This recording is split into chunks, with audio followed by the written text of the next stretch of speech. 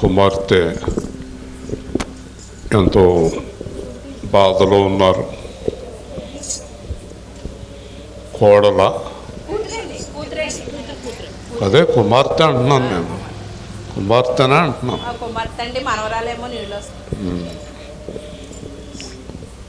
ఈ వ్యాధిని దేవుడు చాలా కాలం నుంచి మనం ప్రార్థన చేస్తున్నాం. అలాగే సావిత్రమ్మ గారు కూడా ఒక కర్ర పట్టుకుని ఆ మందిరం దాకా వస్తుంది కష్టపడి. వారింట్లో జరగవలసిన కార్యాలు ఎన్నో ఉన్నాయి. అన్నిటి గురించి మనం ప్రార్థన చేస్తున్నాం. అయితే నాకు అనిపిస్తుంది, దేవుని సువార్త జరుగుతుందంటే వారి మీద దేవుడు కృప వచ్చింది. దేవుని ఇస్తుంది, తప్పకుండా దేవుడు వారి కార్యాలు నెరవేరుస్తాడు.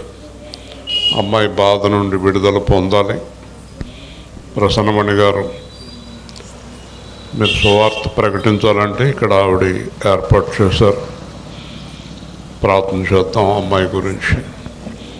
ప్రేమగల తండ్రి, ఎంతో ఇబ్బంది పడుతూ బాధపడుతూ ఆ వ్యాధి నుంచి మీరు తప్ప ఎవరు స్వస్థపరచగలరు, అది మీకు మాత్రమే సాధ్యం నాయన.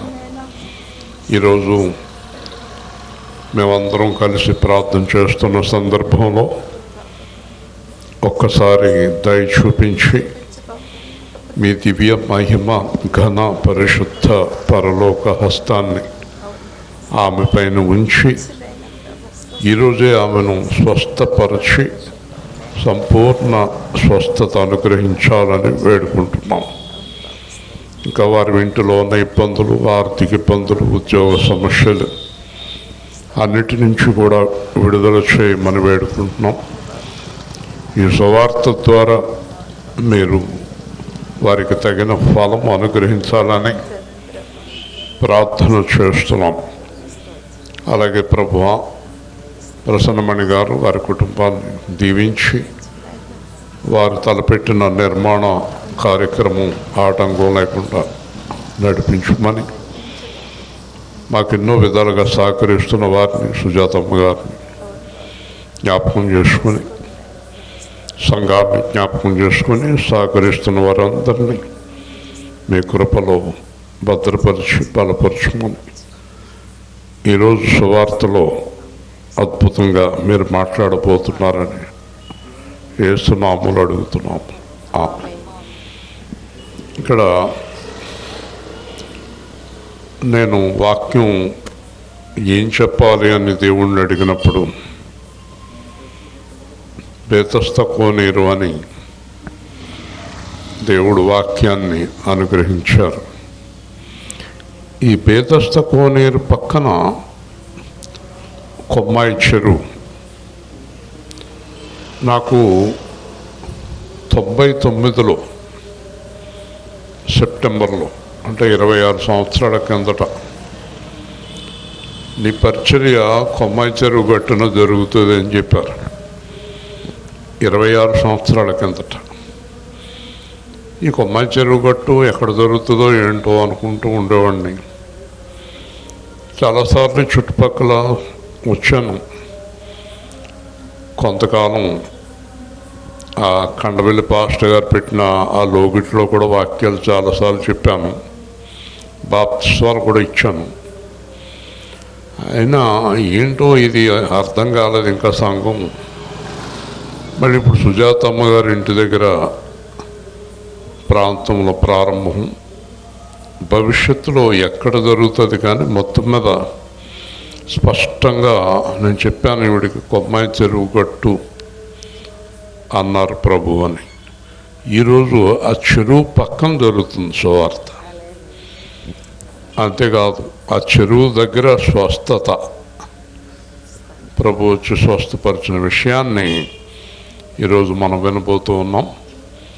తప్పకుండా స్వస్థత పొందాలి, సంఘస్థాపన జరగాలి, యథార్థమైన సంఘము బలంగా నడిపించబడాలి. ఆరాధన ఆరాధన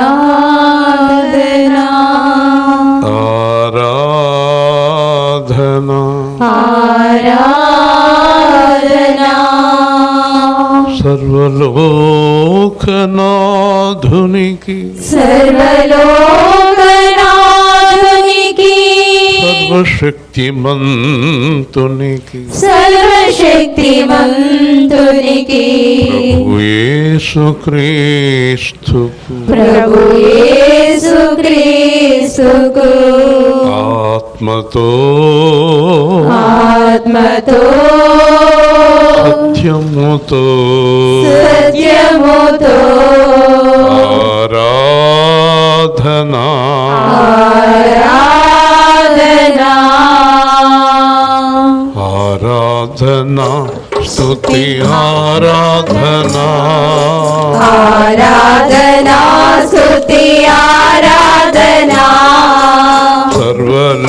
సర్వలోకనాథునికి సర్వశక్తిమంతునికి సర్వలోకనాథునికి సర్వశక్తిమంతునికి ఒక్క మాటలో సృష్టి చేసిన ఒక్క మాటలో సృష్టి చేసిన సృష్టికర్తకు ఆరాధనా సృష్టికర్తకు ఆరాధనా పరిశుద్ధ దేవునికి ఆరాధనా పరిశుద్ధ దేవునికి ఆరాధనా వాక్యస్వరూపికి మహిమ స్వరూపికి వాక్య స్వరూపికి మహిమ స్వరూపికి దహించు అగ్నికి ఆరాధనా దహించు అగ్నికి ఆరాధనా పరిశుద్ధతను దైవానికి పరిశుద్ధతలో దైవానికి కరుణామయునికి ఆరాధనా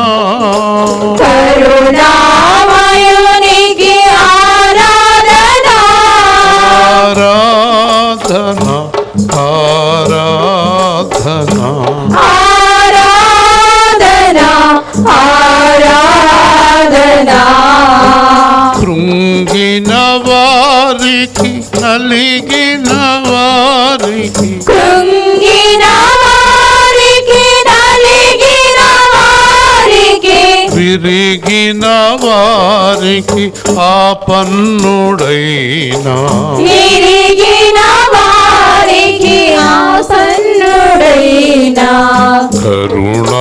కరుణామయునికి ఆరాధనా కరుణామయునికి ఆరాధనా నన్ను గన్న తండ్రికి నన్ను కొన్నవానికి నన్ను గన్న తండ్రికి నన్ను కొన్నవానికి సర్వలోకనాథునికి ఆరాధనా సర్వలోకనాథునికి ఆరాధనా ఆరాధనా ఆరాధనా ఆరాధనా ఆరాధనా ఆకాశమందు సింహాసనాసీనుడైన ఆకాశమందు సింహాసనాసీనుడైన సర్వలోకమును పాలించువానికి సర్వలోకమును పాలించువానికి కృపగలవానికి దయగలవానికి కృపగలవానికి దయగలవానికి ఆత్మతో సత్యముతో ఆరాధనా ఆత్మతో సత్యముతో ఆరాధనా ఆరాధనా ఆరాధనా ఆరాధనా ఆరాధనా ఆరాధనా ఆరాధనా ఆరాధనా ఆరాధనా భయప భయపడకుమని భయపడకుమని భయపడకుమని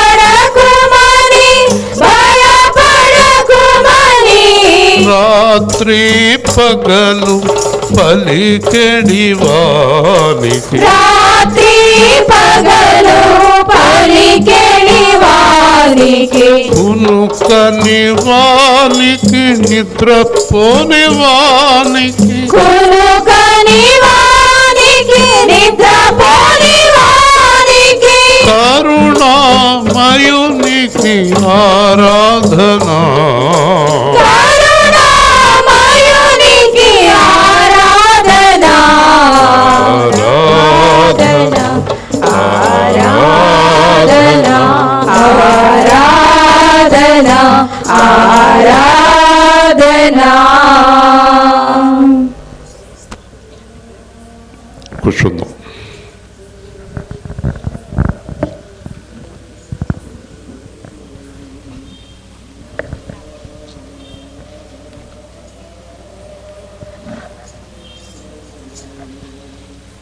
యోహాను సువార్త 5వ అధ్యాయం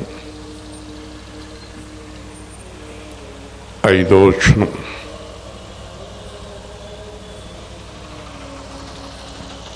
అక్కడ 38 ఏండ్ల నుండి వ్యాధిగల ఒక మనుషుడుండెను. యేసు వాడు పడియుండుట చూచి వాడప్పటికి బహుకాలము నుండి ఆ స్థితిలో ఉన్నాడని ఎరిగి స్వస్థపడగోర్చున్నావా అని వాడిని అడుగగా ఆ రోగి, అయ్యా, నీళ్లు కదిలింపబడినప్పుడు నన్ను కోనేటిలోనికి దించుటకు నాకెవడునూ లేడు గనుక నేను వచ్చినంతలో మరి ఒకడు నాకంటే ముందుగా దిగునని ఆయనకు ఉత్తరం ఇచ్చాను. యేసు, నీవు లేచి నీ పొరపెత్తుకుని నడువమని వానితో చెప్పగా వెంటనే వాడు స్వస్థత నొంది తన పొరుపునెత్తుకుని నడిచాను. ఆ దినము విశ్రాంతి దినము కనుక యూదులు, ఇది విశ్రాంతి దినము కదా, నీవు నీ పొరపెత్తుకొన తగదే అని స్వస్థత నొందిన వానితో చెప్పిరి. అందుకు వాడు, నన్ను స్వస్థపరిచిన వాడు నీ పొరపెత్తుకుని నడవమని నాతో చెప్పిన నేను. వారు, నీ పొరపెత్తుకుని నడవమని నీతో చెప్పిన వాడెవడని వానిని అడిగిరి. ఆయన ఎవడో స్వస్థత నొందిన వానికి తెలియలేదు.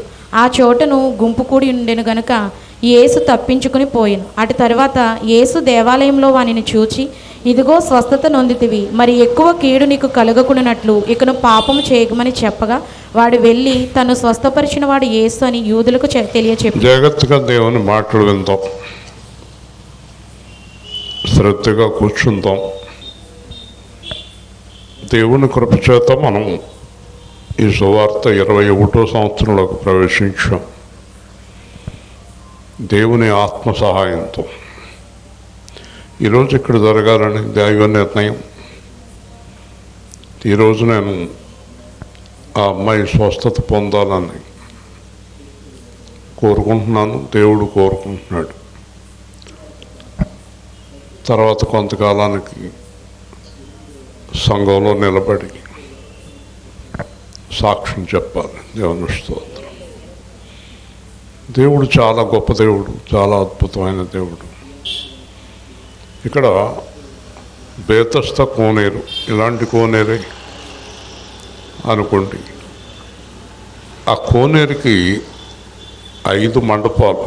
ఇది కూడా కొత్త నిబంధనలో కోనేరు, పాత నిబంధన కాదు. కొత్త నిబంధనలో కూడా రాయబడిన కోనేరు. ఈ కోనేరు అనేది ఇంకెక్కడా లేదు, బేతస్త దగ్గర మాత్రమే ఉంది. ఆ కోనేరు తెల్లవారుజామున ఇంచుమించు 3 గంటల ప్రాంతంలో దేవుని దగ్గర నుంచి ఒక దూత వచ్చి ఆ కోనేరులో ఇలా కదిపి వెళ్ళిపోతుంది నీళ్లు. వెంటనే ఆ నీళ్ళన్నీ కూడా మహిమకరంగా మారిపోతాయి. కాబట్టి ఎలాంటి రోగం ఉన్నప్పటికీ కూడా, అది ఏ రోగమైనా కానివ్వండి, ఈ రోగం ఆ రోగం ఆ రోగం ఈ రోగం లేదండి. ఏ రోగం ఉన్నవారైనా ఆ కోనేటిలో మొదట దిగినవారు, అంటే ఆ మహిమ ఒక 15-20 నిమిషాల కన్నా ఎక్కువసేపు ఉండదు. దేవదూత మహిమ ఆ కోనేటిలో దిగిన వెంటనే వాళ్ళకి ఎలాంటి రోగం ఉన్నా స్వస్థత వస్తుంది. అంచేత ఎక్కడ లేదు కనుక కోనేరు, అందరూ అక్కడికి కొన్ని లక్షల మంది వేల మంది చేరిపోతారు అక్కడికి. ఎలాగో బాధపడి ఇతడు కాలు చేయ పని చేయని వ్యక్తి ఈడ్చుకుంటా వెళ్ళాడు. కానీ కోనేరులో ఎవరు దింపుతారు? ఎవరు లేరు అతనికి. భార్య లేదు, పిల్లలు లేదు, ఎవరు లేరు. ఆ కోనేటి కాడే పడి వెళ్ళేవాళ్ళని వచ్చేవాళ్ళని అడుగుతున్నాడు, నన్ను కోనేటిలో దింపండి. ఎవరు కూడా వాడది, ఎవరు దింపుతారు కదా? ఎవ్వరూ సాయం చేయటం లేదు. ఈరోజు మనం ఆలోచన చేస్తున్నప్పుడు ప్రపంచం ఎలాంటి స్థితిలో ఉందంటే, బస్సు కాలిపోతుంటే అద్దాలు బద్దగొట్టవలసిన డ్రైవర్లు ఇద్దరు, కండక్టరు అద్దాల బద్దలు కొట్టి రక్షించవలసిన ముగ్గురు ముందు దూకేసి పారిపోయారు. వెనకాల ఎవరో పాపం ఇద్దరు ముగ్గురు అద్దాల బద్దలు కొట్టి ఒక 20 మందిని రక్షించారు. ఆ డ్రైవర్లు అతను ఆ అద్దం బద్దలు కొట్టితే ఇంకొక 10 మంది బతికేవారు. ప్రపంచం ఎలాంటి స్వార్థంలో ఉందంటే ఎవరికి ఎవరు సాయం చేయరు, పైగా మనుషుల్ని చంపేస్తున్నారు. ఉదయకాలం ముందు చూస్తే పేపర్లో ఒక ఆవిడికి 2 ప్రియులు ఉన్నారట. పాత ప్రియుడు, కొత్త ప్రియుడు. కొత్త ప్రియుడు వచ్చాక పాత ప్రియుడు వచ్చాడట. అప్పుడు కొత్త ప్రియుడు ఈవిడ కలిసి పాత ప్రియుడిని చంపేశారట. ఎలాంటి దరిద్రమైన దినాల్లో. అలాగే నిన్న బెంగళూరులో ఒక మోటార్ సైకిల్ వెళ్తుంటే కారు గ్లాసుకి మోటార్ సైకిల్ తగిలిందట. మోటార్ సైకిల్ అతను కారు గ్లాసుకి తగిలాడట. ఇప్పుడు గ్లాసులు మా కారుకి ఎన్నోసార్లు తగిలితే అతన్ని వెంటాడి కారుతో గుద్దిచ్చి చంపేశారు. మోటార్ సైకిల్ కారు అద్దానికి తగిలినందుకు చంపేశారు అతన్ని. వెనకాల వెళ్ళి కారుతో గుద్దిచ్చి కొట్టి చంపేశారు. ఎలాంటి దినాల్లో ఉన్నాం. పట్టారు, జైల్లో పడేస్తారు అనుకోండి, అది వేరే విషయం. ఎందుకు చెప్తున్నానో తెలుసా? ఈ రోజులు కాదు, ఆ రోజులు కాదు, ఏ రోజులు కాదు, ఎవరికి ఎవరు సాయం చేయరు.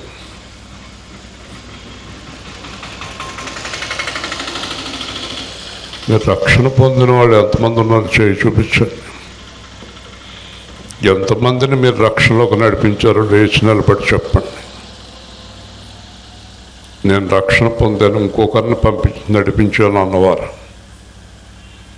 మీరు అంతే కదా. ఎవరికి సాయం చేయరు. సువార్త నేను అడుక్కోవాలా? సువార్త ఏర్పాటు చేయండి అని నేను అడగాలి మీకు కదా. మీరు చేసేది కరెక్ట్ అంటారా? ఎవరికి ఎవరు సాయం చేయరండి. మీరు ఏం చేయాలో తెలుసండి. మీకు తెలిసిన వారికి, మీ బంధువులకి, మీ చుట్టాలకి రక్షణ గురించి చెప్పి కన్నీరు కార్చి ప్రార్థన చేసి వాళ్ళు రక్షణ పొందరో తర్వాత అసలు మీరు చెప్పింది ఏది, ప్రార్థన చేసింది ఏది. ఎంతసేపు మనం ఇల్లు కట్టుకోవాలి, మన తిండి, మన అప్పులు, మన గోల, మన ఇంట్లో గోల, మళ్ళీ పిల్లల గోల మాట్లాడకూడదు. ఆ గోలతో సరిపోతుంది. పాస్టర్ గారి గోల పాస్టర్ గారిది, విశ్వాసుల గోల విశ్వాసులు. చెప్పండి. నేను వారానికి కనీసం ఒకరిద్దరికి యేసుప్రభు గురించి చెప్తాను అన్నవాడు చేయొద్దండి. 4, 3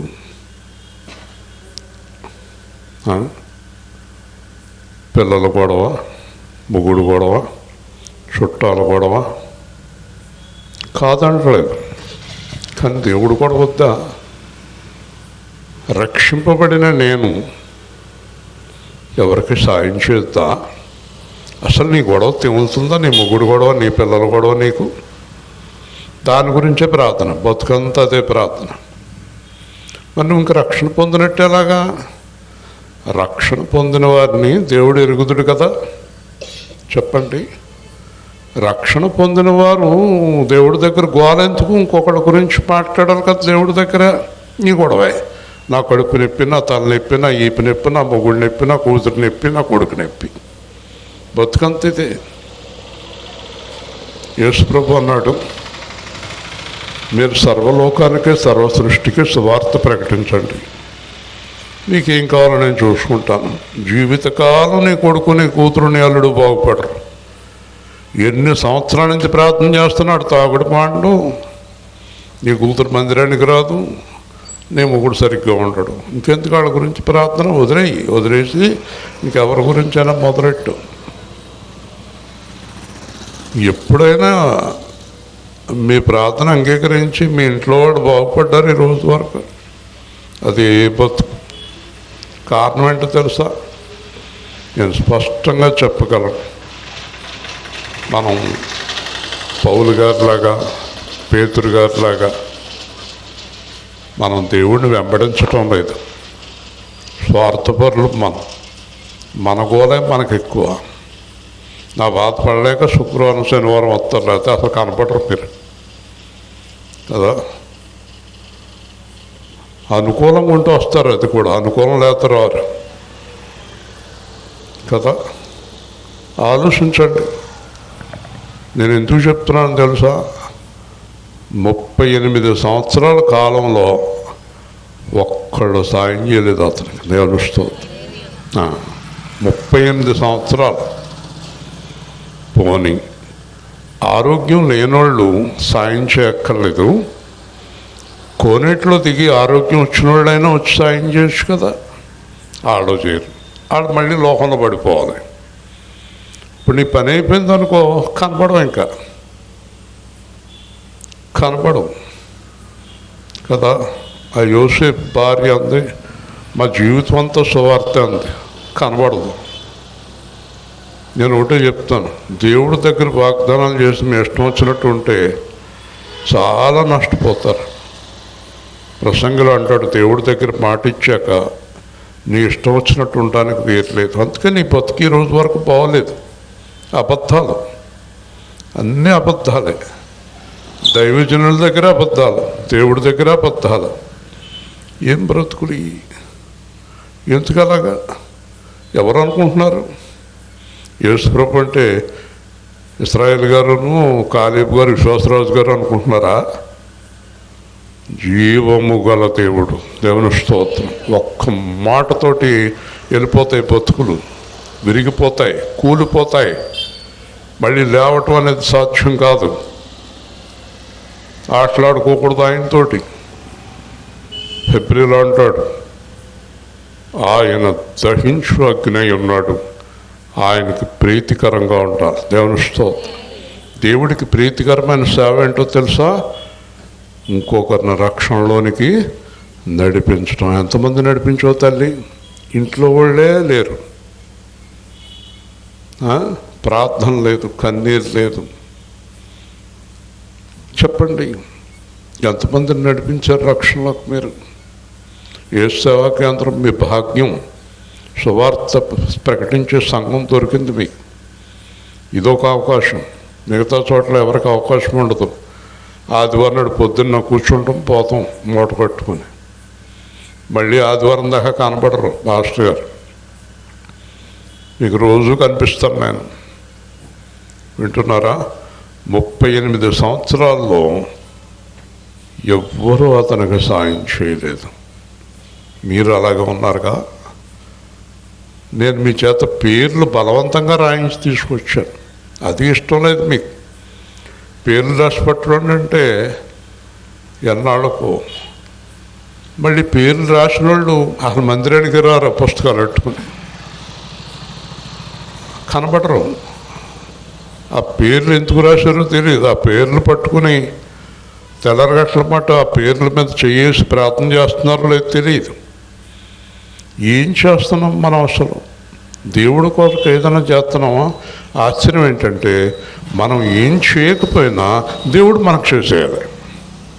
ఇదేం న్యాయం? నువ్వు దేవుడి కోసం ఏమీ చేయవు, నీకు దేవుడు చేసేయాలి. బాధపడలేక 4 పేర్లు రాసుకొస్తారు, ఎంకమ్మ, పొల్లమ్మ, సుబ్బన్న, అప్పన్న అని. అసలు వాడు ఉన్నారో లేదో తెలదు.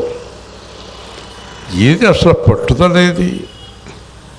మీరు పేర్లు రాసిన వారికి ఫోన్ చేసి వాళ్ళు ఎలా ఉన్నారో ఎప్పుడైనా వాళ్ళ దగ్గరికి వెళ్ళారా మీరు? 4 పేర్లు, దాంట్లో 2 పేర్లు కనపడవు. ఆ పిల్లలు దాన్ని అడ్డంగా గీతలు గీసేసుకుంటాయి ఆ పేర్ల మీద. ఆ పుస్తకం ఎలా ఉందో కూడా తేలుతాం. ఏం బ్రతుకులండి! దేవుడిని అడుగుతానికి మీకు అర్హత ఏదండి? దేవుడి పని కరెక్ట్గా చేయకుండా దేవుడిని అడిగే అర్హత మీకు ఎక్కడి నుంచి వస్తుంది? అందుకే కూలిపోతున్నాం, పడిపోతున్నాం, లేవలేకపోతున్నాం. ఇప్పటికైనా జ్ఞానం తెచ్చుకుని దేవుడి పని చేయాలి. నేను అడగాల మిమ్మల్ని, సువార్త ఏర్పాటు చేయండి అని. ఖాళీ లేదని చెప్పి పరిస్థితికి రావాలి. సేవా కేంద్రం ఏర్పాటు చేయాలి కదా. చెప్పండి, మనం ఏం కష్టపడిపోతున్నామండి సువార్త ఏర్పాటు చేసినప్పుడు? చాలా కష్టం అంటారా ఈ పని? నోరు తెరవండి. కాబట్టి 38 సంవత్సరాల నుంచి పడి ఉన్న వ్యక్తికి ఎవ్వరూ సాయం చేయలేదు. ఇది 2000 సంవత్సరాల కిందట. ఇప్పుడైతే ఆడు చచ్చి వరకు సాయం చేయరు. ఇప్పుడు ఎందుకే ఎప్పటి నుంచో పడున్నావు ఇక్కడ, గంటేండి ఈడ్చేయండి పక్కకి అంటారు అన్నమాట. పాట పాడదామా? ఏమని పాడదాం? మార్పు చెందవా అంటే మీకు నేను మారాలి, నాకు మీరు మారాలి, అంతేనా? ఎప్పటికీ మారం. పాట అన్న వెంటనే ప్రసన్నమణి గారు తాళం ఎత్తేస్తుంది. పాటలు ఎందుకండి పాట ఎవరికి కావాలండి? కాబట్టి మీరు చేయట్లేదు కనుక, ఆ రోజు ఎవరు చేయలేదు కనుక, 38 ఏళ్ళ నుంచి ఎవరూ ఏమీ చేయలేదు కనుక పౌలు అన్నాడు, ఎన్నికైన వారు నాకు ఏమీ నేర్పలేదు. పౌలు అడిగితే, నీకెందుకయ్యా, నేను ఏల్పూర్లో సంఘం పెడతానంటే మీకెందుకు సంఘం? సువార్త ఎందుకు? సంఘం ఎందుకు? మీకెందుకు? ఎవరు వస్తారు ఇప్పుడు సంఘానికే? ఇప్పటికే సంఘాలు పెట్టి అందరూ అయిపోయారు చూసారా. మరి ఒక వ్యక్తి కూడా 4 సంవత్సరాలు తిరిగాను, ఒక్క వాక్యం చెప్పలేదు అతను. ఒక రోజున అంటాడు, సేవ అంటే ఏంటనుకున్నావు? కిళ్ళి కొట్టు అనుకుంటున్నావా, పెన్నలు కొట్టు అనుకుంటున్నావా అన్నాడు. వింటున్నారా? అంటే మీరు ఎవరు బాగుపడతాం మీకు ఇష్టం ఉండదా? ఒకడు బాగుపడతాం ఇంకొకడికి ఇష్టం ఉండదా? మనం దేవుడి పిల్లలమా, దెయ్యాల పిల్లలా? దెయ్యాలు అనుకుంటే ఎలాగ ఎవరు బాగుపడకూడదని కదా. చివరికి ఏం జరిగింది? అక్కడికి యేసు వచ్చాడు. హల్లెలూయా. ఎవరు వచ్చారు అక్కడికి? ఈ పాస్టర్లు వెళ్తలేదు, విశ్వాసులు వెళ్తలేదు. అలాగే నాతో అన్నాడు ఒక రోజున, ఎవరు ఏం మాట్లాడినా, ఎవరు కాదన్నా, ఎవరు అవునన్నా మొదలుపెట్టు అన్నాడు. హల్లెలూయా. చేయి పట్టుకున్నాడు, హెచ్చించాడు, స్థిరపరిచాడు, బలపరిచాడు. ఛాలెంజ్ చేస్తున్నాను, తణుకు మండలంలో సువార్త ప్రకటించే సంఘము యేసు సేవా కేంద్రం. హల్లెలూయా. వెనక్కి తిరగకూడదు, ముందుకు సాగాలి. మీరందరూ యోధుల్లాగా ఉండాలి, వీరుల్లాగా ఉండాలి. మీ గొడవలు పక్కన పెట్టండి, నీ మొగుడు గొడవ, నీ పెళ్ళం గొడవ, నీ కూతురు గొడవ చచ్చిదాకా పోండో ఉంటాయి. ఈ గొడవ పక్కన పెట్టి దేవుడి పనులు నిమగ్నమైతే మీ పనులు దేవుడు చేస్తాడు. హల్లెలూయా. అర్థమైందా? నేను దేవుడు పని చేస్తే దేవుడు నా పని చేస్తాడు. మన పనులు ఎన్ని చేసుకున్నా మనకేం కలిసి రాదు. యెహోవా ఆశీర్వాదం ఐశ్వర్యం ఇచ్చును. అప్పుడు యేసు వాడు పడియుండుట చూసి అప్పటికి చాలా కాలం నుండి స్థితిలో ఉన్నాడని. చూసారండి, మనం ఎవరన్నా వెళ్తామేమో, మనం ఎవరన్నా ప్రార్థన చేస్తామేమో అని ఎదురు చూశాడు యేసు. ఎవ్వరూ రాలేదు, ఎవ్వరూ సాయం చేయలేదు. సంపూర్ణ జీవము కలిగిన నాథా, నీవే నా ఆదరణ భూమిలో నీవే నా ఆశ్రయము, నీవే నా ఆదరణ భూమిలో నీవే నా ఆశ్రయము. నాకు నీ కృప చాలును ప్రియుడా, నాకు నీ కృప చాలును. శ్రమలతో నిండిన నా జీవితములో, శ్రమలతో నిండిన నా జీవితములో నాకు నీ కృప చాలును ప్రియుడా, నాకు నీ కృప చాలును. జతలేని పావురము వలె నేను మూల్గుచుంటిని నిన్ను చేరుటకై, నాదాని ఆలస్యమైతే నాతుండ కాపాడుము, నన్ను పడకుండా నిలబెట్టుము. సింహపు బోనులో తడవేసినను,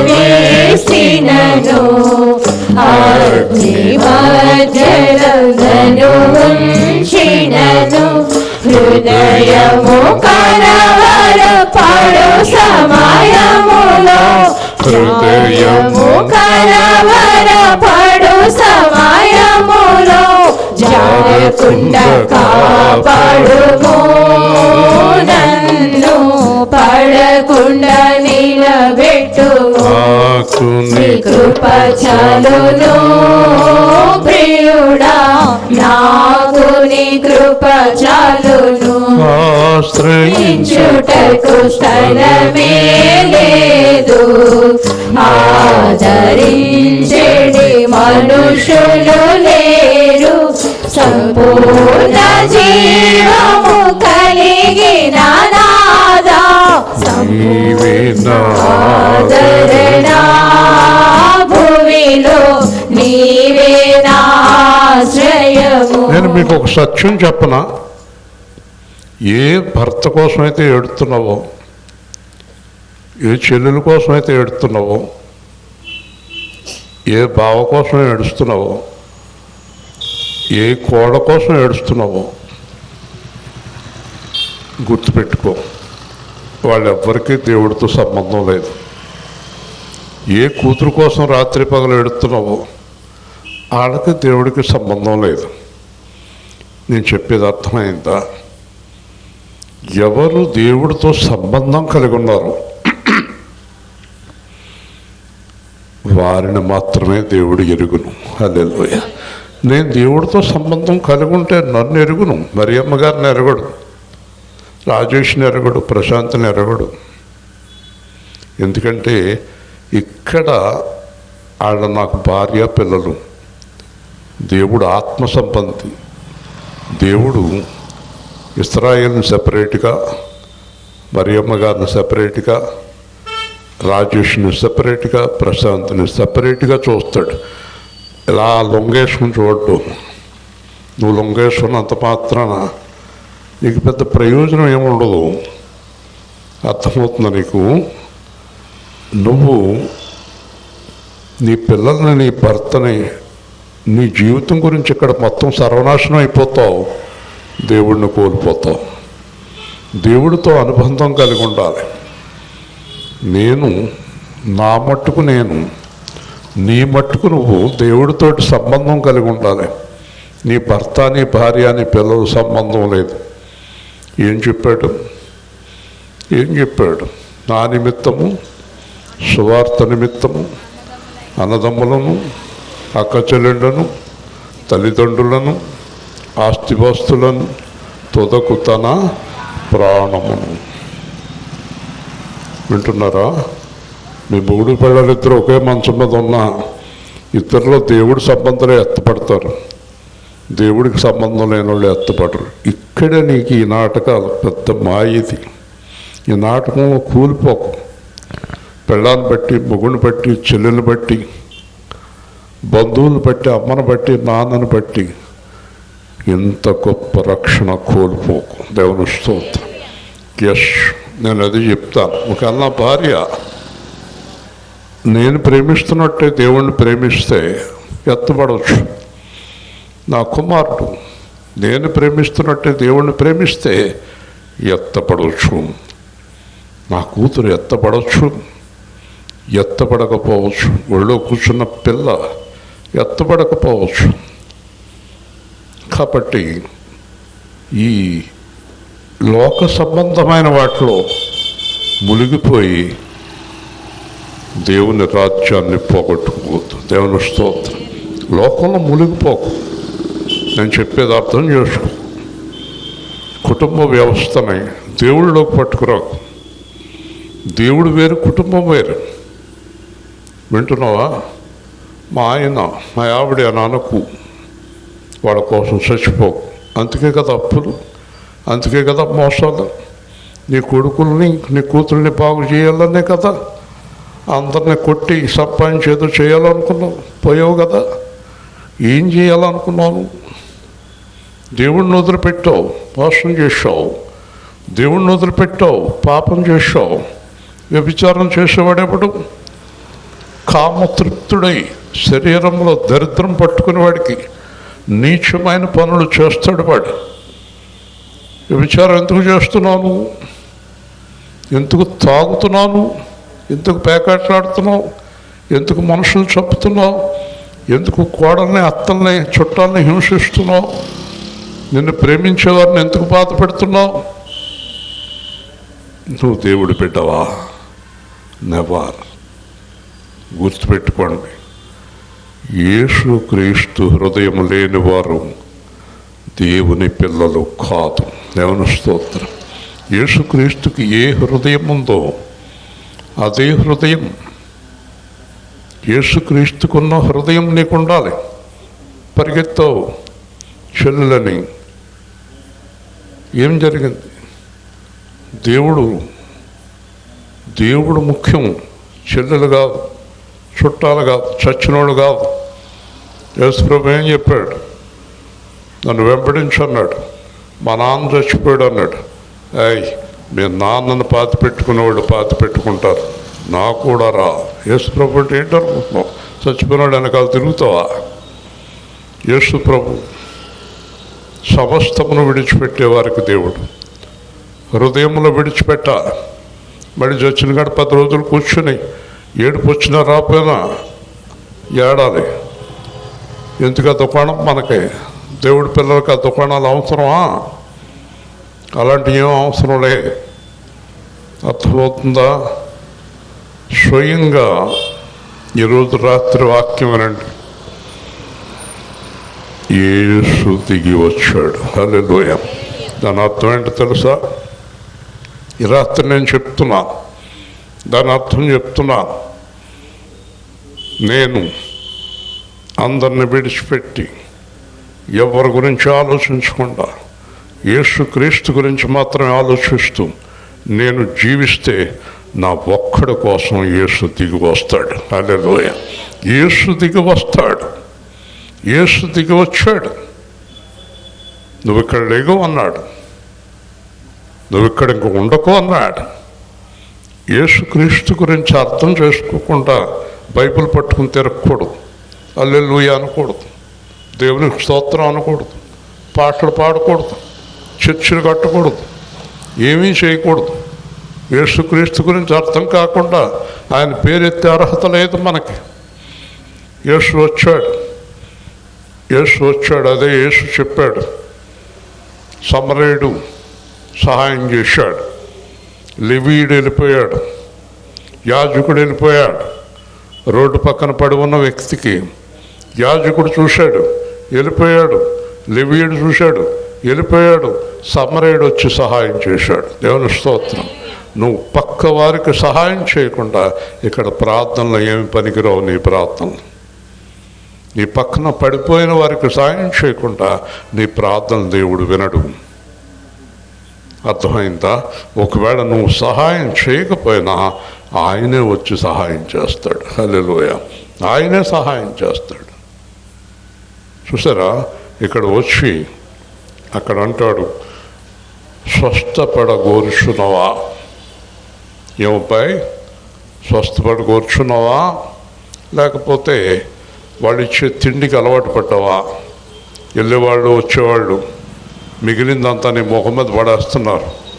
తినడానికి అలవాటు పడ్డావా? స్వస్థపడగోరుచున్నావా? స్వస్థత కావాలా? ఇలాగే పడి ఉంటావా? అర్థమైందా? అర్థం అవ్వలేదు కదా. నువ్వు ఇలాగే ఉంటావా, లోకం నుంచి బయటకు వస్తావా అని అడుగుతున్నాడు మిమ్మల్ని. ఆయన్ని కాదు, ఆయనది అయిపోయింది 2000 ఏళ్ల కిందట. నువ్వు ఇంతేనా? ఇలాగే ఉంటావా? బయటికి రావా? నువ్వు వస్తావా? స్వస్థత కావాలా? ఏం కావాలి నీకు? ఈ అడుక్కు తినే జీవితానికి అలవాటు పడిపోయావా? విడుదల పొందగోరుతున్నావా? స్వతంత్రం అవ్వగోరుతున్నావా? దాస్య జీవితంలో ఉండాలనుకుంటున్నావా? నీకు స్వతంత్రం కావాలా? దాస్యం కావాలా? చెప్పండి. లోకదాస్యం కావాలా? పాపదాస్యం కావాలా? డబ్బు దాస్యం కావాలా? ఆళ్ళకేళ్ళకి దాస్యం చేయటం బతుకు కావాలా? స్వతంత్ర జీవితం కావాలా? హల్లెలూయా. యేసుక్రీస్తు స్వాతంత్రం అనుగ్రహిస్తాడు. ఎవరి మీద ఆనుకోవాల్సిన అవసరం లేదు, ఎవరి కాళ్ళు పట్టుకోవాల్సిన అవసరం లేదు, ఎవరిని అడుక్కోవాల్సిన అవసరం లేదు. నీ చేతి పనిని నీకు స్థిరపరుస్తాడు. ఈరోజు వరకు నీ చెయ్యి ఇలాగుందంటే నువ్వు ప్రభువులో లేవు. నీ చెయ్యి ఇలాగున్నప్పుడే నువ్వు ప్రభువులో ఉన్నట్లు లెక్క. అర్థమవుతుందా? యేసు ప్రభు స్వాతంత్ర జీవితాన్ని అనుగ్రహించే దేవుడు అయ్యున్నాడు. ఇక్కడ 38 ఏళ్ళ నుంచి పడి ఉన్నవాడితోటే కాదు, నీతోటి నాతోటి అడుగుతున్నాడు.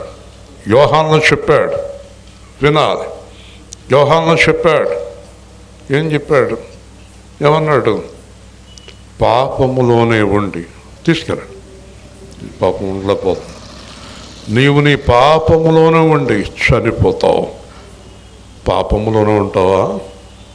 లోకములోనే ఉంటావా? బయటకు వస్తావా? బయటకు వస్తావా? రావా? లేదు, నాకు ఇదే బాగుంది. ఇదే బాగుందా? జ్యోతి గారు, రాలింగి జ్యోతి గారు, మహిమ గారు, ఇదే బాగుందా? ఈ జీవితం బాగుందా? చాలా మధురంగా ఉందా? పాపపు విశాలలోకం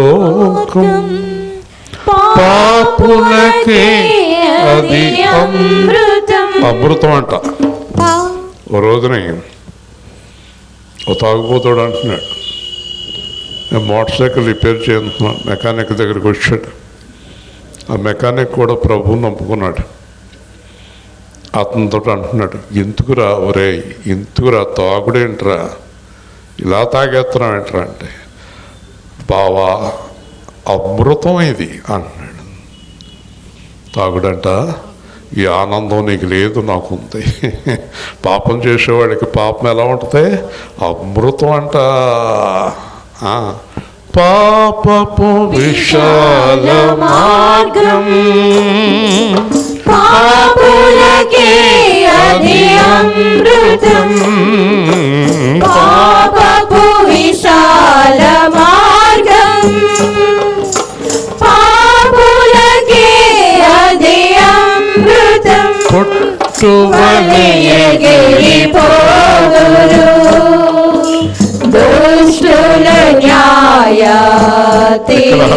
ఆ దరిద్ర పనులన్నీ చేసేసి చస్తాడు. సింహాసనం మీద కూర్చుంటాడు అక్కడ ప్రభు.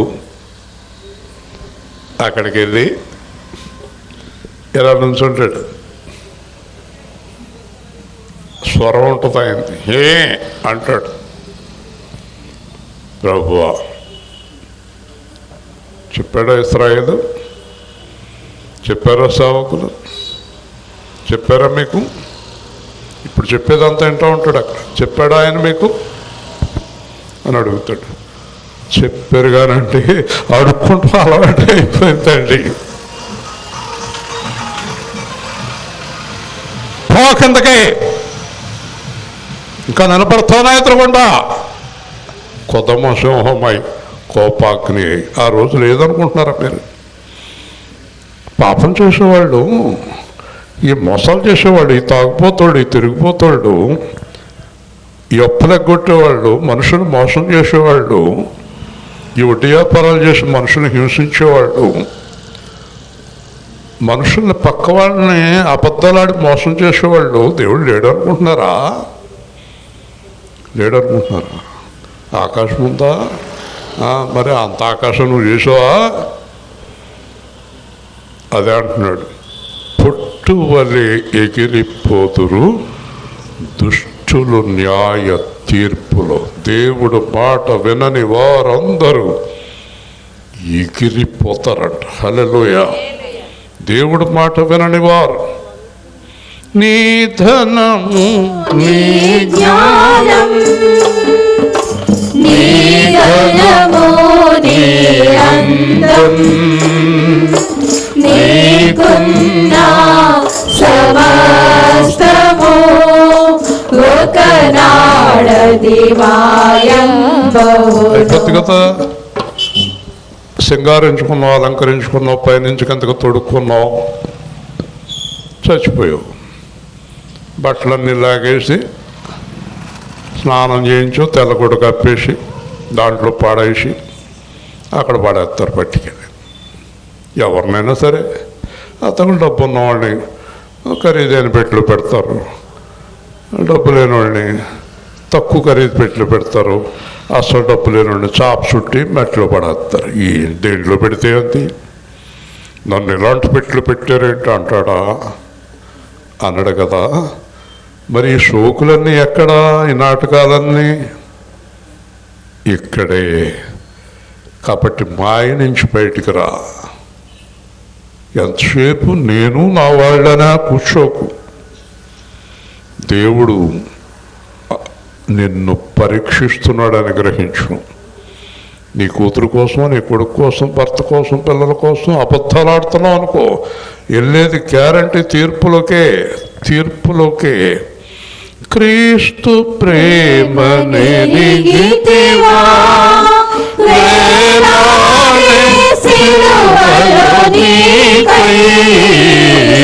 క్రీస్తు ప్రేమ నెరిగితివా, వేలాడే సిలువలో నీకై ప్రాణము త్యాగము చేసే పరముకు మార్గము చూపే. యేసుక్రీస్తు ప్రాణత్యాగానికి కారణం నరకానికి వెళ్ళే వారికి పరలోకానికి దారి చూపాడు. హల్లెలూయా. పరలోకానికి దారి చూపడానికి సరిపోయాడు. లోకంలో తెంగర పనులు చేస్తాడని నమ్ముకోకు దేవుడిని. మాకు కావాల్సింది ఇచ్చేస్తాడు, ఇల్లు కడతాడు, ఉద్యోగాలు ఇస్తాడు, పెళ్ళిళ్ళు చేస్తాడు, అప్పులు తీరుతాడని నమ్ముకోకు యేసుని. ఆ కార్యక్రమాలు చేయటానికి యేసు రాలేదు ఇక్కడికి. యేసు ఇక్కడికి వచ్చింది నీ ఆత్మను నరకంలోకి వెళ్లకుండా పరలోకానికి తీసుకెళ్తానికి వచ్చాడు. హల్లెలూయా. ఈ ప్రపంచంలో ఒకే ఒక్క అధికారము గల యేసు ఆయనొక్కడే ఆత్మను నరకము నుంచి తప్పించగలిగిన శక్తిమంతుడు. హల్లెలూయా. తెలుసుకున్నవాడు తెలుసుకోలేనివాడు తెలుసుకోలేకపోనే. కానీ మనం సువార్త ప్రకటించాలి. నేను ఎంత చెప్పినా వింటలే. వినకపోయినా చెప్పాలి. నీ పిల్లలు చెప్తావా? నీ పిల్లలకి చచ్చే వరకు చెప్తావు. మంచం మీద ఉండగా కూడా నీ కూతుర్ని కొడుకుని ఏమే అని చెప్తావు, మరి బయటోడికి ఎందుకు చెప్పవు? అంటే నీ పిల్లలే బాగుండాలి జీవితంలో, ఇంకెవ్వరు బాగుండకూడదు కదా. చెప్పాలా వద్దా? విన్నా వినకపోయినా చెప్పాలన్నాడు దేవుడు. వారు వినను. కొంతమంది తలుపులు వేసుకుంటారు, ఇదేం గోల అంటారు. కొంతమంది వింటారు, కొంతమంది నమ్ముతారు. హల్లెలూయా. ఎవరేం చేస్తే మనకే, మన కర్తవ్యం మనం చేయటమే. సిలువ వైపు పయనించు, సిలువే నీకు శరణం. సిలువ వైపు పయనించు, సిలువే నీకు శరణం. కలువరి రక్తపు ధారలతో కలుషములన్నీ కడుగుకో. నా నమ్మకం ఏంటంటే, మనం యేసుప్రభుని చూపించగలిగితే ఈ పాటికి యేసుప్రభు వచ్చేసేవాడు. యేసుప్రభుని నమ్ముకున్నవాడు యేసుప్రభుని చూపిస్తలేదు, ఎవరెవరినో చూపిస్తున్నారు, ప్రభుని చూపించలేదే కదా. ఒక కుటుంబం దగ్గరికి వెళ్ళటం, ప్రభుని నమ్ముకోమని చెప్పటం, ప్రభు నమ్ముకోమని చెప్పిన తర్వాత మళ్ళీ ఇంకో 4 రోజులకి వెళ్తాం, 10,000 ఉన్నాయా అని అడుగుతాం. ఓహో, ఇంతగా ప్రభు నమ్ముకోమని చెప్తున్నారు ఇలా అంటాం కదా. పాస్టర్లు కానీ అందరూ ఇదే దుకాణం, స్వార్థం. ప్రభువుని నమ్ముకోమని చెప్పటం. మా మావయ్య గారు పెద్ద ఆయన అనేవాడు మా అత్తగారితో, ఏమండి పాస్టర్ గారు వస్తున్నారు, వాక్యానండి, ప్రభువుని నమ్ముకోండి. సరేగానే నేను పొలం వెళ్తున్నాను, పాస్టర్ గారు ఎంత 300 పాస్టరా, 500 పాస్టరా, 100 రూపాయల పాస్టరా, 50 రూపాయల పాస్టరా అని కూడా ఆయన. ఏంటంటే నీది ఆవిడ, మరి కాను కోసమే కదా వాళ్ళు వస్తారు. చూసారా, గృహదర్శనాలు అంట. గృహదర్శనాలు అంటే ఏంటండి? ఎసరు కాకిందా గృహదర్శనం అంటే? ఆడ భోజనం పెట్టి ఆదివారం నాడు చర్చికి వస్తున్నారు కదా, కొంపలమ్మట ఈ పాస్టర్లకి ఏం పని? వాళ్ళకి అనారోగ్యంగా ఉన్నవారింటికి వెళ్ళి ప్రార్థన చేయాలి. అర్థమైందా మీకు? సంఘాలు చెడగొడతాం, సంఘాల్లో ఉన్న వాళ్ళని చెడగొడతామే కానీ కదా, ఒక నూతనమైన ఆత్మను దేవుడి దగ్గరికి నడిపించే ప్రయత్నం చెయ్యరు. సరే, ఏళ్ళు ఎలా ఉన్నారంటే వాక్యం తెలియకుండా ఉన్నారు కొంతమంది. వాళ్ళకి అసలు వాక్యమే తెలియదు. 20 ఏళ్ళు అయింది, 10 ఏళ్ళు అయింది, 30 ఏళ్ళు అయింది. ఆ రాజమండ్రిలో నేను బాప్తిసం ఇచ్చిన వాళ్ళకి ఒక ఆవిడ 20 ఏళ్ళ నుంచి వెళ్తుంది. అసలు ఈ వాక్యం ఉందనే తెలియదు అందరు. ఎంతోమందిని ఈ వాక్యం విన్నారా అంటే వినలేదు. అమ్మా, యేసు ప్రభుని ఎందుకు నమ్ముకోవాలంటే మేము కడుపు నొప్పి తగ్గుతుందని నమ్ముకున్నామండి, అదే చెప్పారంట. ఇప్పటి నుంచో కడుపు నొప్పి అంటే అది తగ్గుతుందని నమ్ముకోమన్నారు. అయ్యో, అది కాదమ్మా, ఆత్మ నరకానికి వెళ్లకుండా ఉండటం కోసం నమ్ముకోవాలి. అసలు ఈ విషయమే తెలియదండి. చూసారండి ఎంత దారుణమో. కాబట్టి ప్రభు వచ్చారు, వచ్చి ఒక్క మాట గమనించాడు యేసు. ఓహో, ఇతడికి నిజంగా అడుక్కు తినే జీవితం ఇష్టం లేదు, ఇతనికి చెయ్యి చాపే జీవితం ఇష్టం లేదు, ఇతనికి ఒకడికి దాస్యం చేసే జీవితం ఇష్టం లేదు అని గ్రహించాడు.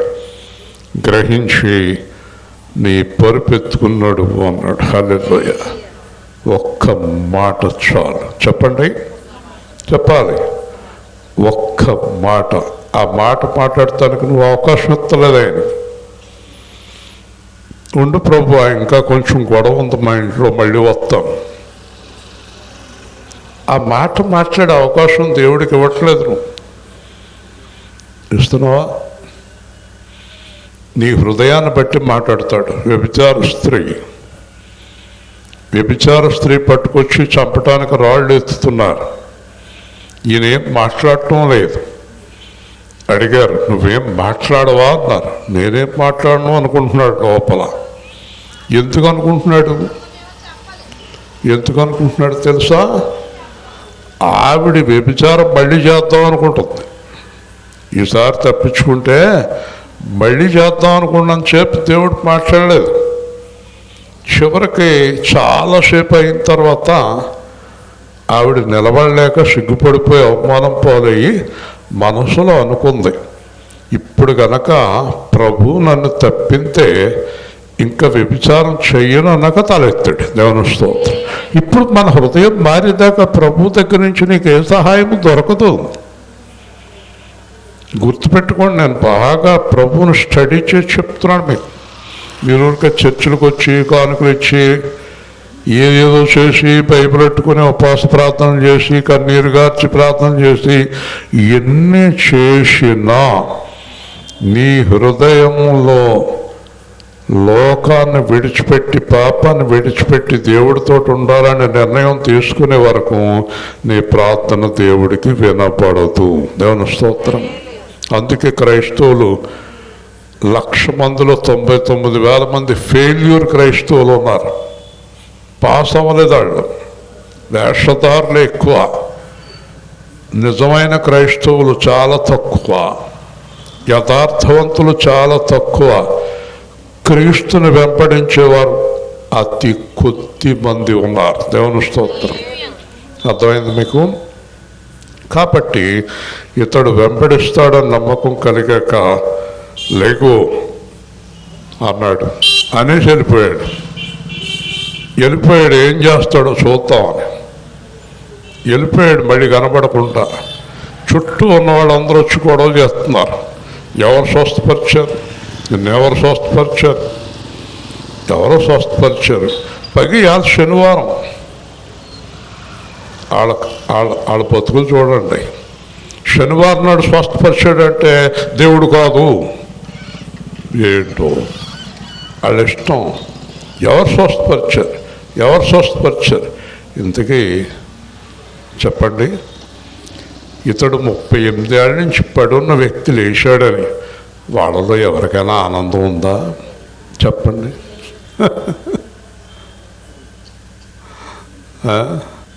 మిమ్మల్ని ఏం చేయాలి అసలు?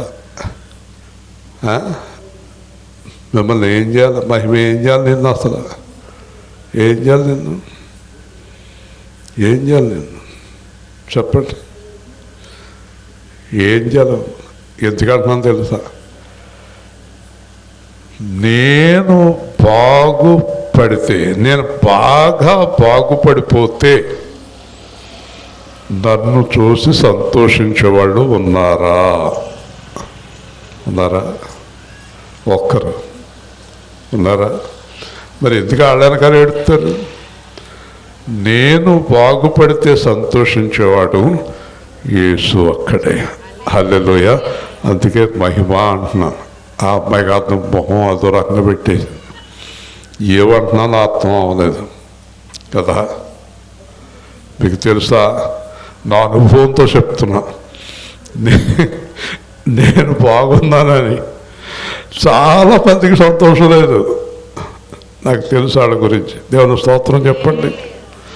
ఫోన్ చేసి బాగున్నారా అంటారు, అంటే బాగోలేదు అంటారని. యేసుక్రీస్తులో ఉన్న నేను బాగోపోతే ఎవరు బాగుంటారు? హల్లెలూయా. చెప్పండి గట్టిగా, హల్లెలూయా. అసలు 38 ఏళ్ళ నుంచి పడున్న వ్యక్తి లెగిస్తే ఎంత సంతోషపడాలండి, ఎంత సంతోషపడాలి. మా అమ్మాయికి మంచి ఉద్యోగం వచ్చింది. అలాగో నాకు మంచి భర్త దొరకడం, అలాగో చచ్చిపోతారు కుళ్ళిపోతారు. అమ్మా చెప్పు ప్రధానమణి గారు, కుడిపోతారా? కుడిపోయే వాళ్ళకి చెప్తూ ఎందుకు, చాటింపు ఎందుకు మైకెట్టుకుని? చాటింపు వేయకూడదు. దేవుని స్తోత్రం. హల్లెలూయా. ప్రభువు మనం బాగుంటే ఎంత సంతోషిస్తాడు. హల్లెలూయా. కాకపోతే ఏంటంటే మనకు ప్రభు సంతోషం కంటే చుట్టూ ఉన్నవాళ్ళు గోల కావాలి మనకి. మనం ఒంటరిగా ఉన్నాం, ఎవరు లేరు. మనం మేడ కట్టుకున్నాక వచ్చేయండి అమ్మ వచ్చేయండి, మా ఆడపడుచు ఏడుసిన మేనమో ఆడ మొగుడు మర్చిపోయావా అక్క, ఆయన కూడా తీసుకురా, ఆయన చెల్లిని కూడా తీసుకురా, మరి మా మనవరాలు అయ్యా నీ మనవరాలు కూడా తీసుకురా.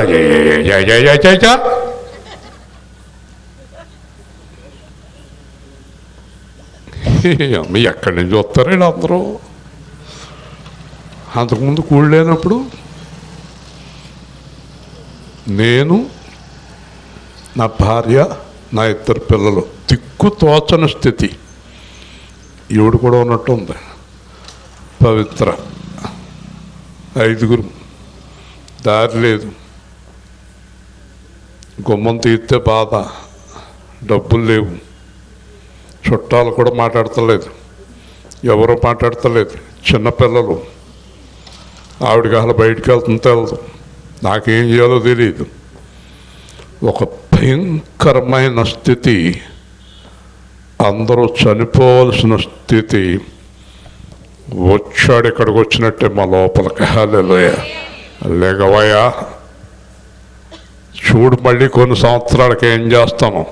అందరూ మన సోమవారం 20వ తారీఖు కూటం జరుగుతుంటే నా హృదయం అంతా నిలబెట్టో ప్రభు. దేవుని స్తోత్రం. మరి మీరు దేవుడిని వదిలేసి చుట్టాలు అప్పుడు తిరుగుతారు కొంపలమ్మట. సిగ్గులేదా? సిగ్గుందా మీకు? దేవుడు మిమ్మల్ని స్వస్థపరిచాక, దేవుడు మిమ్మల్ని వచ్చి ఆదుకున్నాక, దేవుడు మిమ్మల్ని కౌగులించుకున్నాక ఆడప్పుడు తిరుగుతావు నువ్వు. ఎవరితో ఉండాలి? నా జీవిత కాలమంతా యేసుని వెంబడింతున్, నా జీవిత కాలమంతా నే యేసుని వెంబడింతున్, వెంబడింతున్,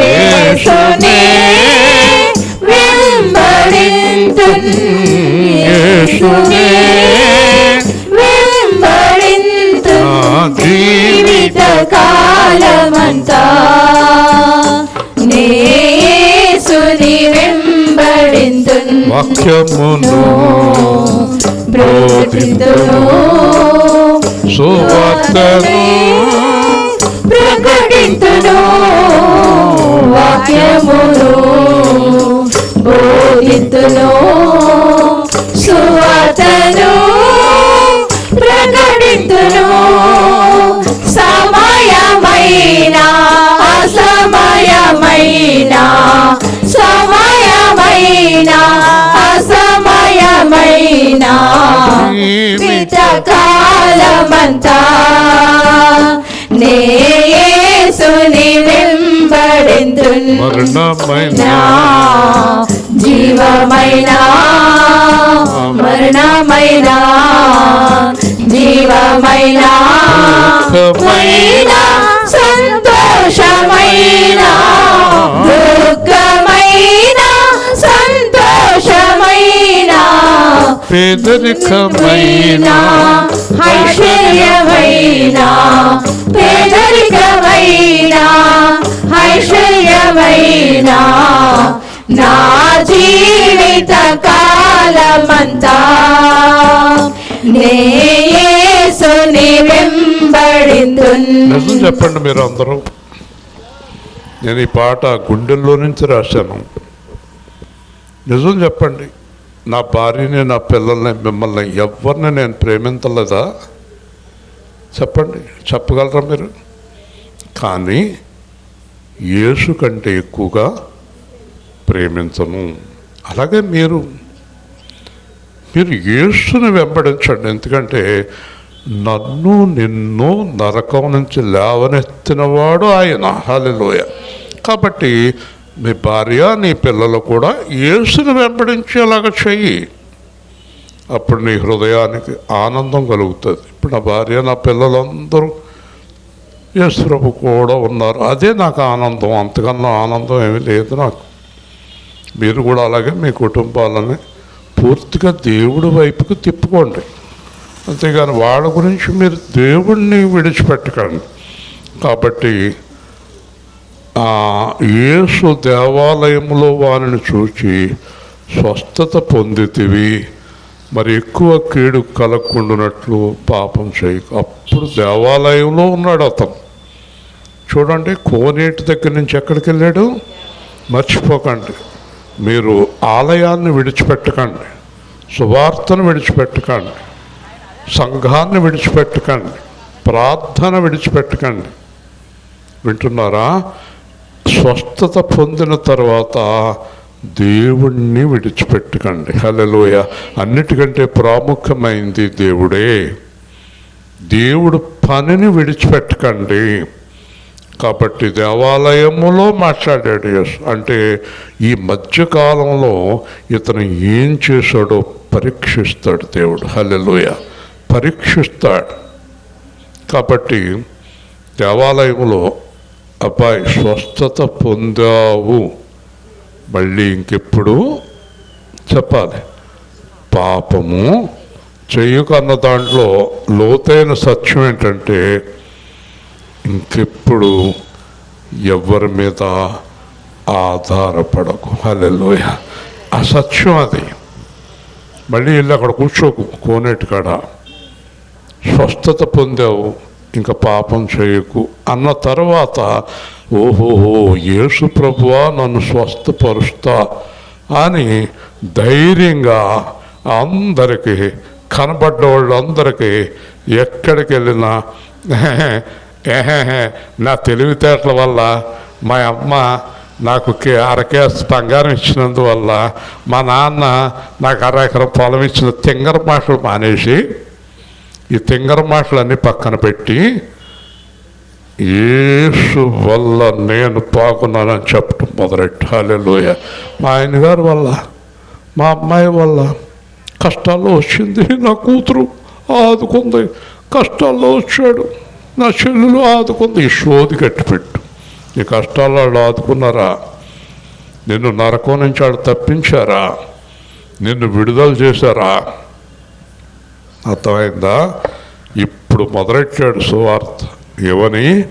38 ఏళ్ళు పడున్నా నన్ను ఎవ్వరూ ఆదుకోలేదు, నన్ను యేసు స్వస్థపరిచాడు. చెప్పండి అందరూ గట్టిగా చెప్పండి. నన్ను యేసు బాగు చేశాడు. నా జీవితం ముగిసిపోయింది అనుకున్నాను, నేను చనిపోయాను అనుకున్నాను, అంతా అయిపోయింది అనుకున్నాను, అన్నీ నాశనం అయిపోయినాయి అనుకున్నాను, పాతాళానికి వెళ్ళిపోదాం అనుకున్నాను. ఈ లోపల గబుక్కునొచ్చి నా చెయ్యి పట్టుకుని లేవనెత్తాడు. హల్లెలూయా. చెయ్యి పట్టుకుని లేవనెత్తనుడిని మళ్ళీ ఎప్పుడు గుర్తు చేసుకోకూడదు, అంతేనా? మరి ఏం చేయాలి? చెప్పాను కదా, రాత్రి పగలు అవకాశం ఉన్నంతసేపు ఆయన్నే ప్రకటించాలి, ఆయన కొరకే జీవించాలి. అప్పుడు మనం దేవుని సంబంధులు అవుతాం. తప్పకుండా మన జీవిత యాత్ర ముగిశాక మనల్ని నేరుగా పరలోకం తీసుకెళ్ళిపోతాడు. హల్లెలూయా. తప్పకుండా ఆ అమ్మాయి స్వస్థత పొందాలి, నిలబడాలి, మళ్ళీ దేవుడు నన్ను బాగు చేశాడని చెప్పుకోవాలి. తప్పకుండా ప్రార్థన చేద్దాం. ప్రేమగల తండ్రి, జీవాధిపతి అయిన ప్రభువా, ఈ రాత్రికాలం ముందు ప్రభువా మీరు ఇచ్చిన దివ్యమైన సువార్త సందేశాన్ని బట్టి స్తోత్రాలు. మీరొక్కరే మానవ జాతిని నరకము నుంచి తప్పించగలిగిన శక్తి గల దేవుడు. 38 ఏళ్ళు పడున్న వ్యక్తిని ఒక్క మాటతో లేవనెత్తిన దేవుడు. అలాగే ప్రభువా, ఈ కుమార్తెను కూడా దయచేసి స్వస్థపరిచి పూర్ణ ఆరోగ్యంతో నింపి సాక్ష్యం చెప్పించండి. ఈ సువార్త ఫలము అందరికీ దయచేయండి. యేసు నామములో అడుగుతున్నాము తండ్రి, ఆమేన్. రేపు రాత్రి రత్నరాజు గారి కోడలు ఒక గృహం కొనుక్కున్నారు. అది కామధేన్ నగర్ వెళుతున్న దారిలో కుడివెంపికి బాలాజీ నగర్ దగ్గర కామదేవ్ నగర్ వెళుతున్న దారిలో కుడివైపుకి వెళ్ళాలి. కామదేవ్ నగర్కి వెళ్ళక్కర్లేదు, కుడివైపు దారిలోకి వెళ్తే అక్కడ బిల్డింగ్ ఉంటుంది. తొందరగా వచ్చేయండి అందరూ. మంచిది. ఆదివారం అందరూ ప్రార్థన